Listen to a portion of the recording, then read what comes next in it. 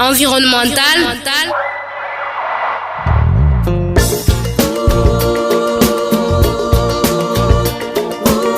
Prolongation des saisons dans la région du Nord Cameroun, élévation de la chaleur, avancée du désert et même la perturbation des saisons. Voilà entre autres faits palpables du réchauffement climatique observable de nos jours au Cameroun.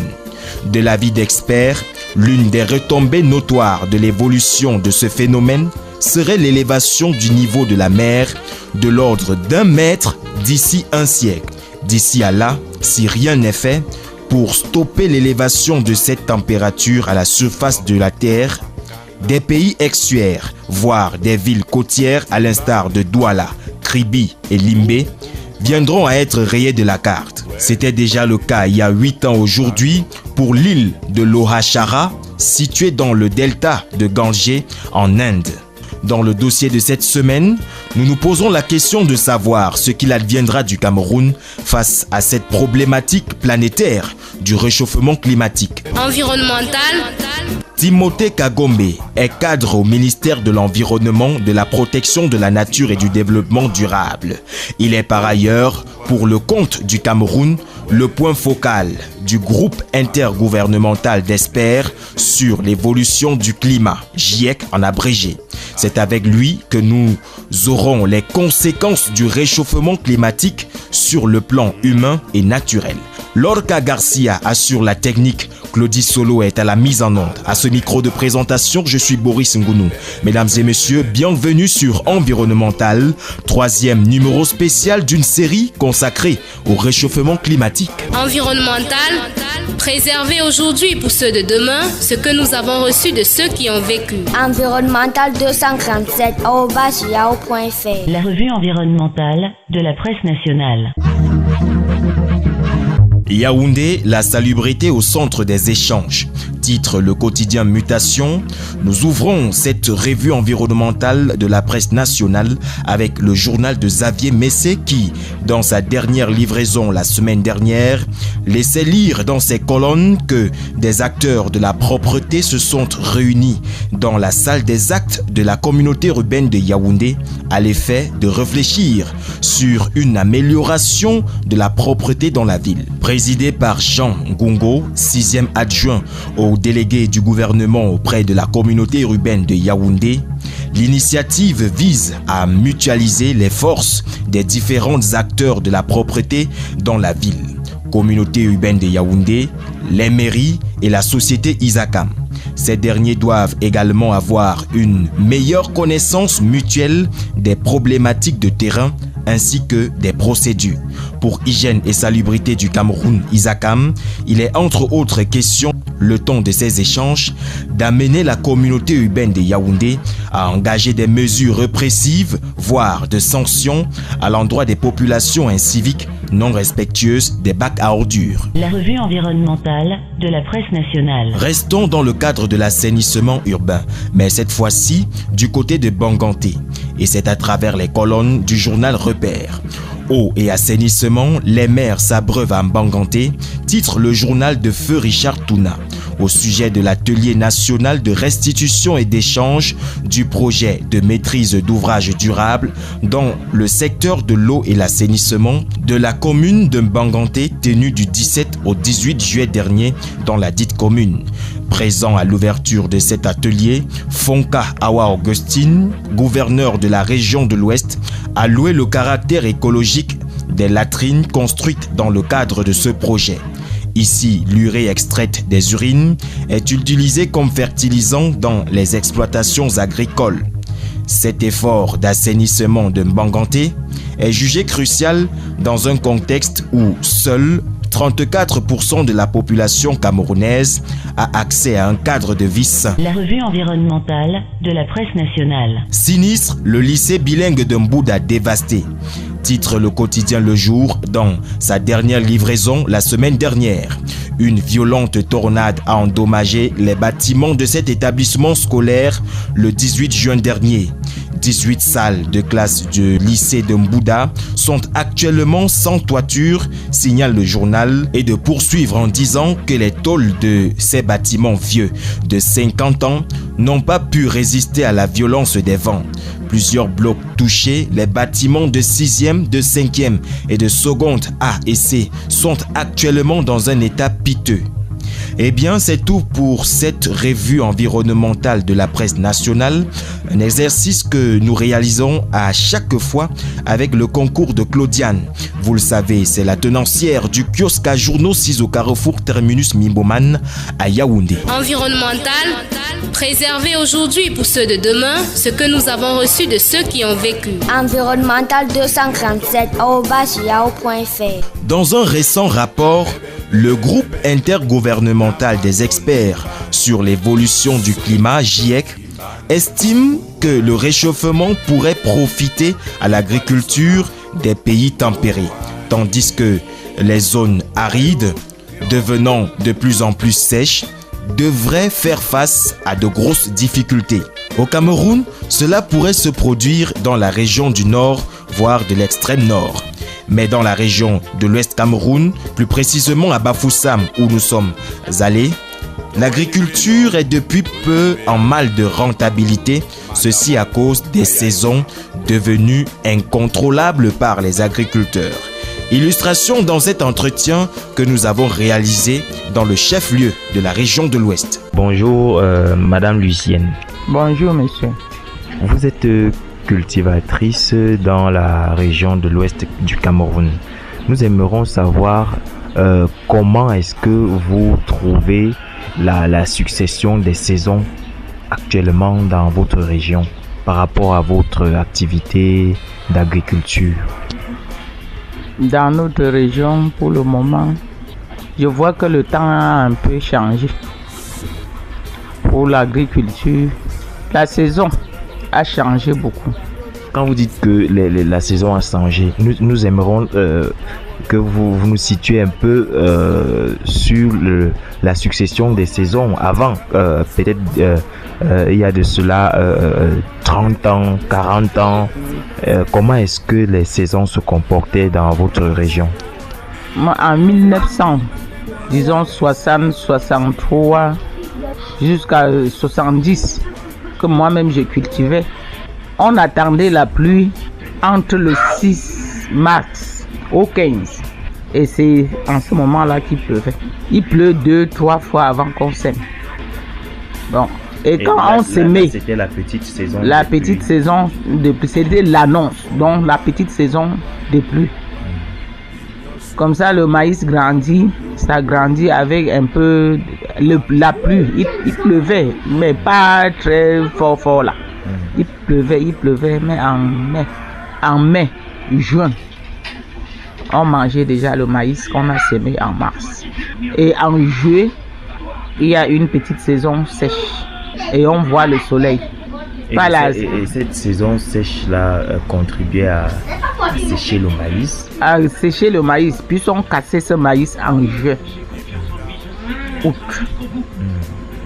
C'est septembre qu'on commençait maintenant à cultiver le haricot. Dans la pluie maintenant. En ce temps-là, il pleuvait. La grande saison des pluies. On sème le maïs, les haricots dans septembre là. Sachant que en novembre, il n'y aura plus la pluie. Là, les haricots vont se sécher. On va taper, on récolte les haricots en décembre, janvier.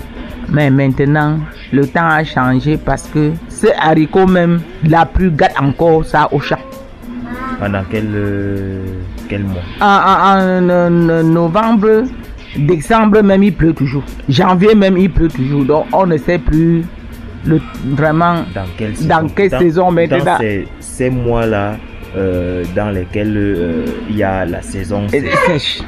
Quand tu dis bien que c'est la saison sèche, dans 2 semaines tu vois la pluie. Il y avait la sécheresse même durant 1 mois, même 2 mois. Et la pluie qui venait, ça fait ça s'arrête. Seulement pour mettre un peu la fraîcheur.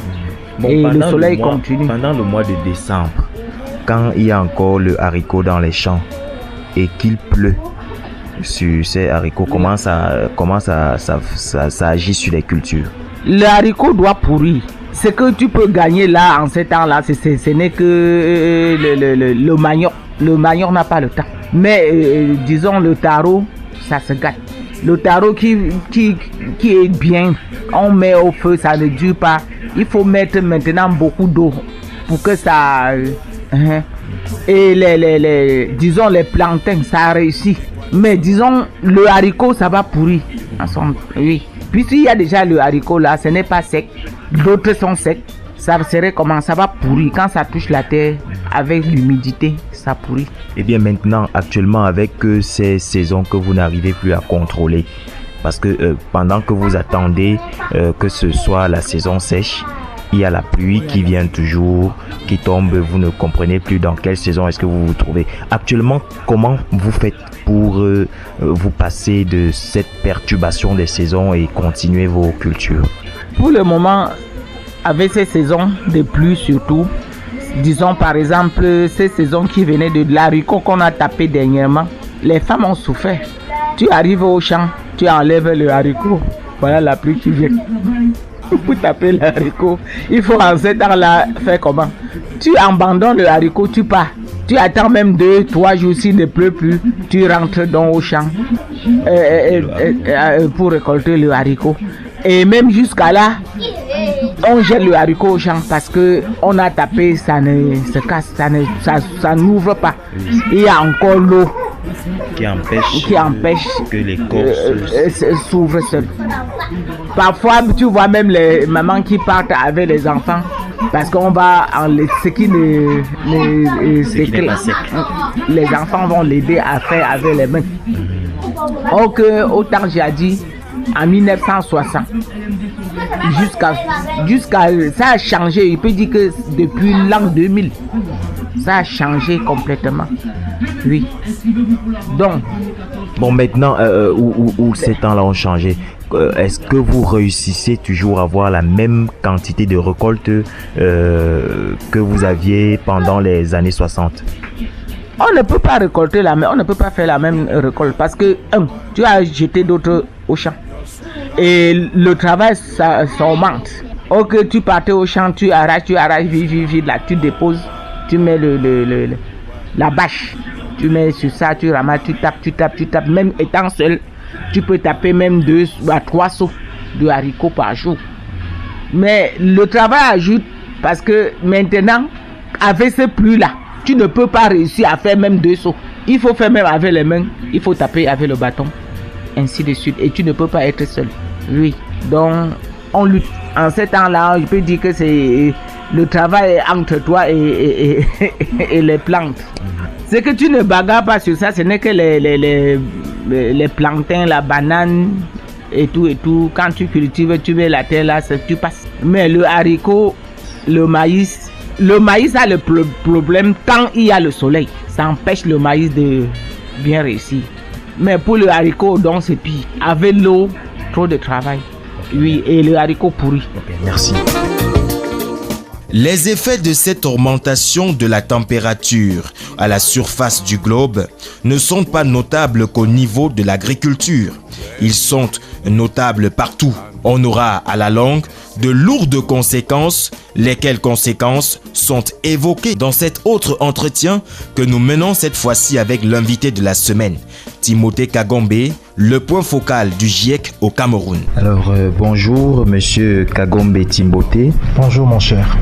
Je rappelle, vous êtes le point focal national du GIEC au Cameroun. C'est le groupe intergouvernemental des experts sur l'évolution du changement climatique. Bien, nous allons commencer par savoir quelles peuvent être les conséquences du réchauffement climatique au Cameroun sous l'aspect environnemental.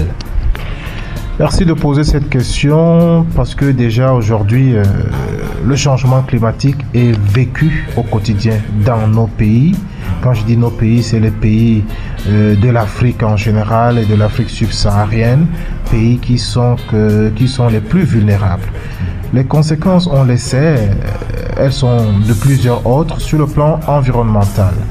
nous allons constater une certaine modification au niveau du climat vécu.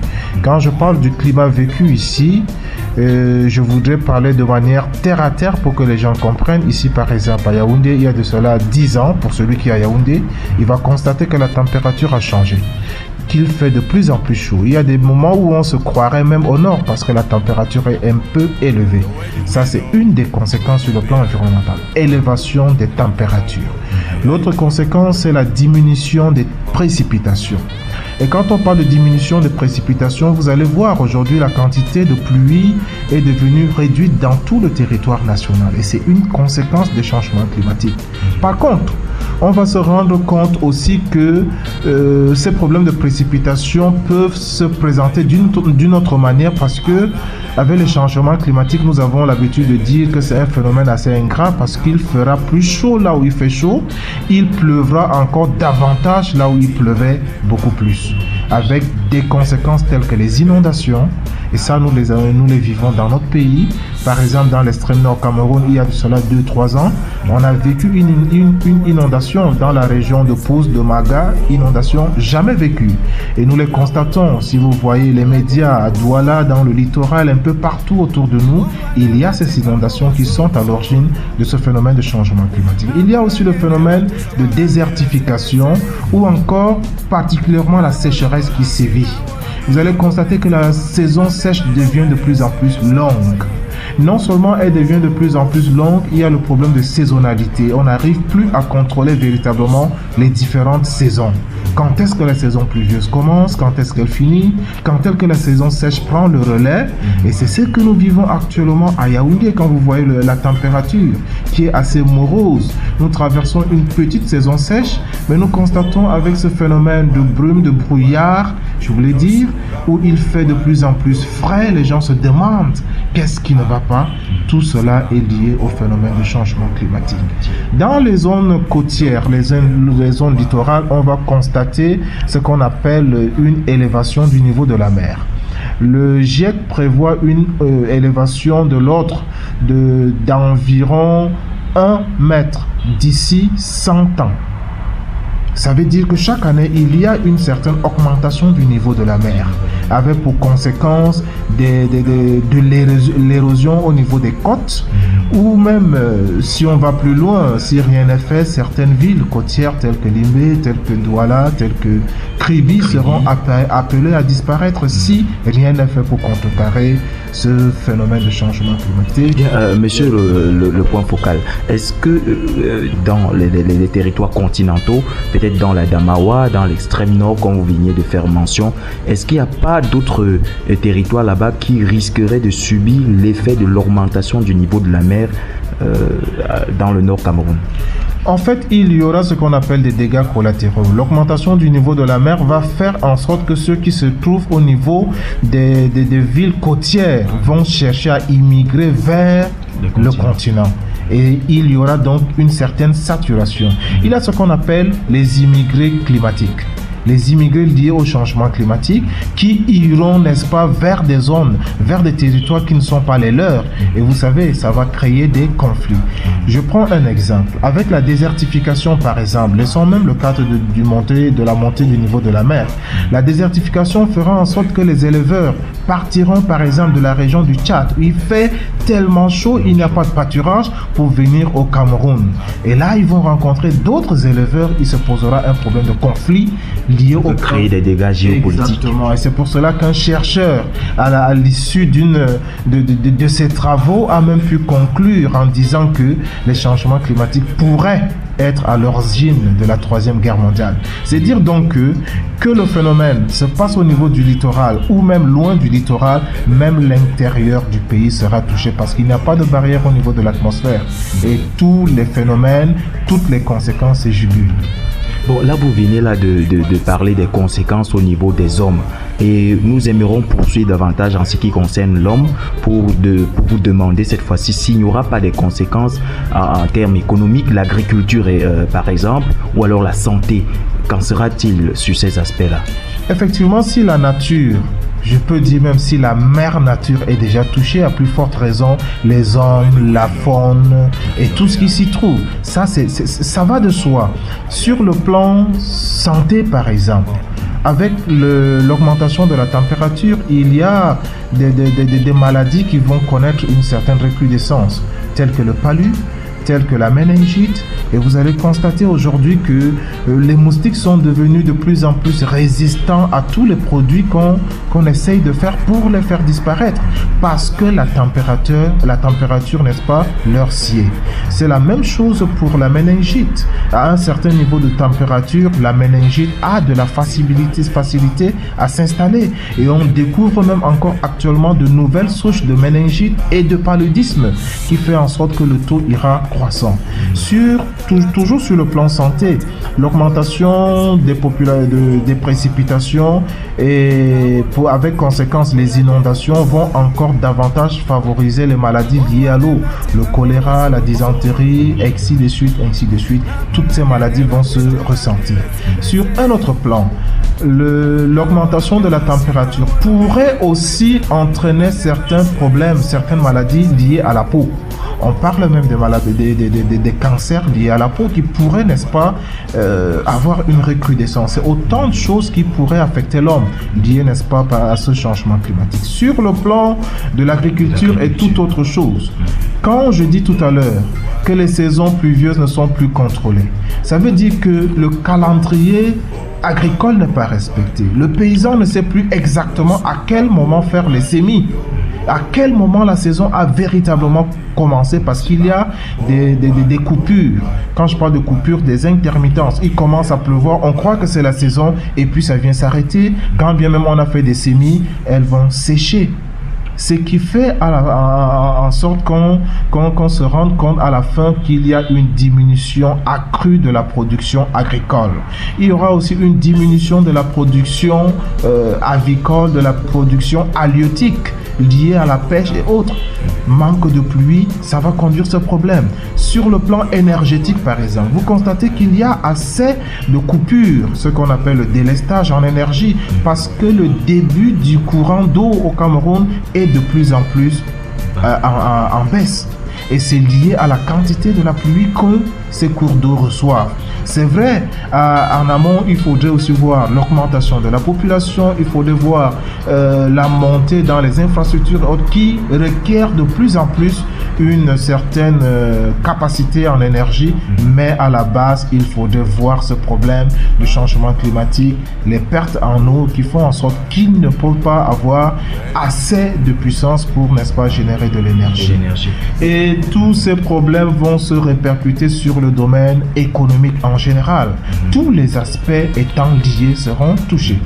Bon, il y a un aspect dont nous n'avons pas encore fait mention, c'est celui qui repose sur la faune, la flore également, puisque ces deux domaines sont liés. Qu'en sera-t-il en matière de conséquences du réchauffement climatique? Si les hommes sont déjà touchés, ce n'est pas la faune qui ne sera pas touchée. Vous savez, il y a ce qu'on appelle la chaîne alimentaire. Dans la chaîne alimentaire, dès qu'un élément est déjà touché, c'est toute la chaîne alimentaire qui est touchée. Avec la sécheresse, avec les pertes de pluie, vous allez constater que les animaux auront aussi de la difficulté à se nourrir. Et c'est ce qui fait en sorte que aujourd'hui, la faune tend à disparaître. C'est vrai qu'il y a un phénomène de braconnage, mais le climat n'est pas aussi de plus en plus favorable, n'est-ce pas, à cette faune-là. Et sur le plan de la flore, il y a de la flore qui va disparaître dans certaines parties du pays ou bien même dans certaines parties du monde vu le climat qui ne leur est pas si. Voilà pourquoi aujourd'hui on demande par exemple aux agriculteurs et même au ministère en charge, n'est-ce pas, de ces problèmes, de pouvoir mettre sur pied de la semence adaptée ou bien qui se sentent assez mieux dans des zones où l'eau n'est pas assez grande, qui s'adaptent, n'est-ce pas, à la sécheresse, qui s'adaptent au déficit en eau. Bref, tous ces problèmes-là vont conduire, et puis surtout quand vous prenez le cadre de la déforestation qui joue un rôle essentiel, un rôle primordial dans le problème de changement climatique, on va se rendre compte que les animaux qui sont dans la forêt, les animaux qui sont dans la savane, et la savane qui est touchée par la sécheresse, les animaux, la flore tous ces éléments de la chaîne alimentaire sera touché. Donc, monsieur, le point focal du GIEC ici au Cameroun, nous remarquons à travers tout ce que vous venez de donner en termes de conséquences du réchauffement climatique que c'est carrément un phénomène qui se généralise dans tous les secteurs. Finalement, on ne sait pas, peut-être on arrivera à l'extinction de l'espèce humaine avec ce phénomène du réchauffement climatique. Nous ne voulons pas tellement dramatiser pour parler de l'extinction de la race humaine. Ce qui est sûr, avec le temps, il y aura une certaine difficulté à survivre. Ces conséquences que nous sommes en train de présenter sont des conséquences à moyen et à long terme. Et voilà pourquoi on dit si rien n'est fait. Tout à l'heure, quand je parlais de la montée du niveau de la mer, je parlais sur une période de 100 ans. Et il y a ce qu'on appelle des modélisations qui ont été faites concernant les différents secteurs. Et aujourd'hui, la communauté internationale est en train de lutter pour que l'augmentation de gaz à effet de serre dans l'atmosphère soit stabilisée à un certain niveau qui n'entraînerait pas un désastre sur la planète. Donc, pour ne pas être alarmant, la race humaine ne sera pas appelée à disparaître d'ici là par rapport au changement climatique. Mais si rien n'est fait, peut-être nous, on ne sera plus là pour vivre ce phénomène, mais nos progénitures connaîtront ce problème avec beaucoup d'acuité. Bien, merci monsieur Kagombe Timothée. Je rappelle, vous êtes le point focal du Cameroun dans le cadre du GIEC, qui est le groupe intergouvernemental des experts sur le réchauffement climatique. C'est moi qui vous remercie. Environnemental, préserver aujourd'hui pour ceux de demain ce que nous avons reçu de ceux qui ont vécu. Environnemental 237@yahoo.fr. Préserver aujourd'hui pour ceux de demain ce que nous avons reçu de ceux qui ont vécu. Mesdames et messieurs, c'est ici que s'achève cette autre édition de Environnemental. Vous pouvez également nous écouter sur Internet à travers les réseaux sociaux Twitter, Facebook et YouTube. Lorca Garcia a assuré la technique, Claudie Solo était à la mise en onde. À ce micro de présentation, je suis Boris Mboudou. Mesdames et messieurs, merci. Rendez-vous à la semaine prochaine, même radio, même heure.